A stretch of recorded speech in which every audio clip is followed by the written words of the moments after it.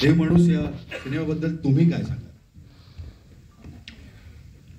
मी एक तर मला देव माणूस म्हणून का घेतलं तेच मला कळत नाही. माझी इमेज अजिबात देव माणसाची नाही. पण एक वेगळा सिनेमा करायला मिळाल्याचा आनंद खूप आहे. म्हणजे आणि लकी आहे मी, कारण असे खूप ॲक्टर्स आहेत जे हा रोल करू शकले असते. पण I am very thankful to the producers, they thought of me. आणि करायला मजा आली. म्हणजे मी जसा आहे त्याच्यापेक्षा जरा वेगळं करणं हे जास्त मोठं चॅलेंज आहे. कधी कधी काय असतं, हा माणूस असा दिसतो म्हणून त्याला कास्ट केलं जातं.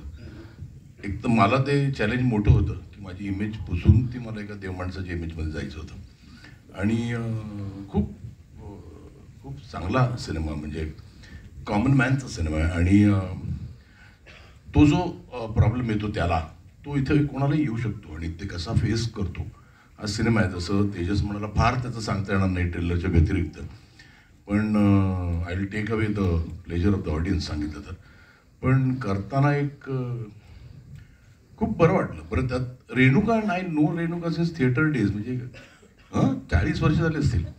पण कधीच असं आलं नाही की आम्ही एकत्र काम करू कधी. पण आय एम व्हेरी फॉर्च्युनेट की ह्या सिनेमात आलं ते. म्हणजे टिपिकल कॉमेडी बिमेडी काहीतरी करायला लागलं नाही, नशीब ते. पण खूप मजा आली पिक्चर करायला. आणि बाकी टीम सगळीच चांगली होती. त्यामुळे बरं, सुबोध, सिद्धार्थ, अभिजित सगळीच टीम चांगली होती. त्यामुळे मजा आली.